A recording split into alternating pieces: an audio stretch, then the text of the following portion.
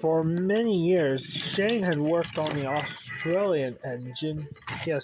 He had two coaches, Aubrey and Aiden. They would make sure he doesn't get into any trouble. He likes to joke around at times. Still.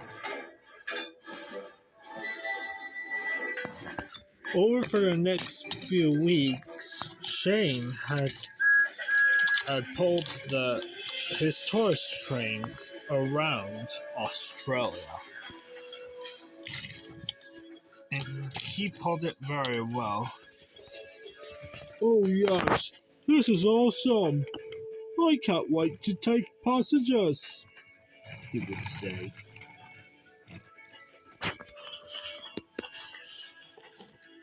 "You must be careful, Shane." "No worries, Tamika. I'll be fine." "Okay."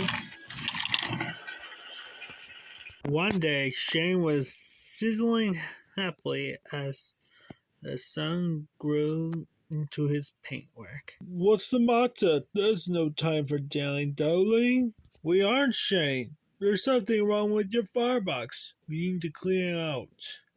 "Never mind that. You can clean me up after the trip." "Alright, old boy. No need to be hedgy." "Alright. I suppose you don't want to hurry up." The crew took no notice and set to cleaning out the ash. By the time they were finished, they were nearly 5 minutes late starting.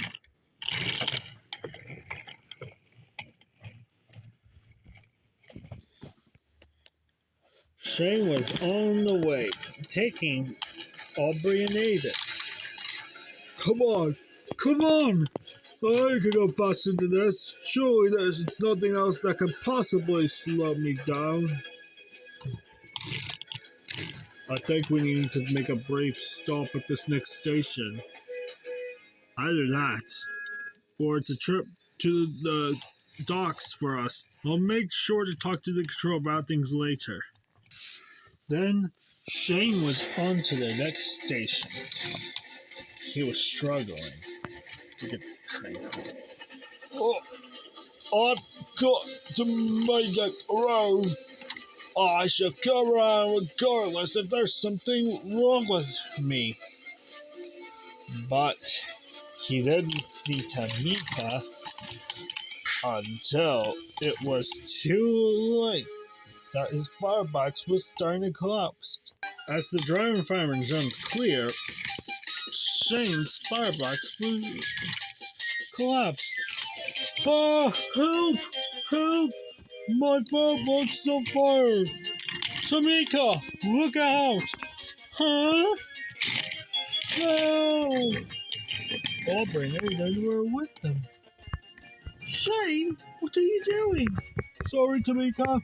Luckily, Aubrey and Aiden were in cover for him as Shane went through the buffers. "Help! Help!" he called. Luckily, the buffers were by. So, Shane slowed down. There was no one to help Shane. Luckily, there were a set of buffers.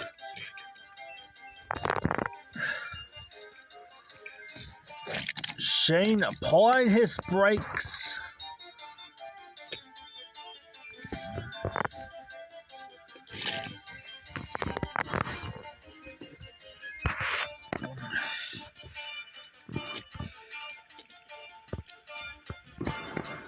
And stopped just in time. Phew, that was close, wasn't it? Luckily, Tamika's crew got Shane's firebox out in time, but he was in sorry state. One of the electric engines was called over and take Aubrey and Aiden for the rest of the tour trip. One engine got Shane's crew in the cab so he could take Shane to the works so he could be mended.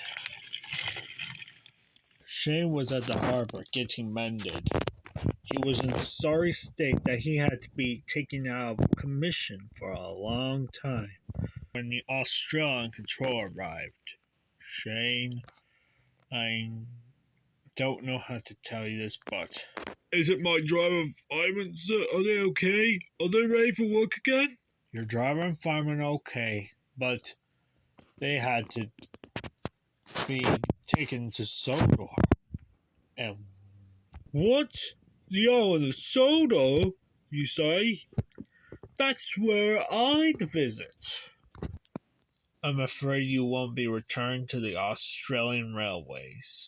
Wait, what? But why? I was going to tell you this by the end of the season, but the day after you blow back, I just got a call from Sir Topham Hatt that you are due for an overhaul. However, I had run into some money issues. And in order to save costs, I have to sell you off. Whoa, whoa, whoa. Does this mean I got to live on the Topham Hatt's railway on Sodor? That is correct, Shane. We will all visit you on Sodor. I know this is not ideal, but since I'm very good friends with Sir Topham Hatt for a long time, he agreed to keep you in good hands. Oh, thank you, sir. I won't let him down. Good to hear, Shane. Good to hear. Some of the engines and coaches came to say goodbye to Shane. Shane, wait! Yes, Ice? Before you go, I just wanted to say goodbye. Goodbye? For what? For working here for all these years on the Australian Railway. And I'll be sad to see you go. Don't worry, Ace. I won't be gone forever.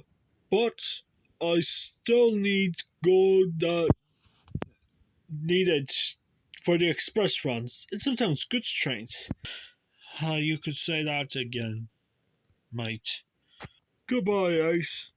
Bye, Shane. By then, Bolster took Shane to Sodor. Goodbye, everyone. Bye, Shane. We'll hope we get to see you on Sodor. Bye, everyone. It was nice being here in Australia while it lasted. Now I'm going to soar for a new life. But that's another story for another day.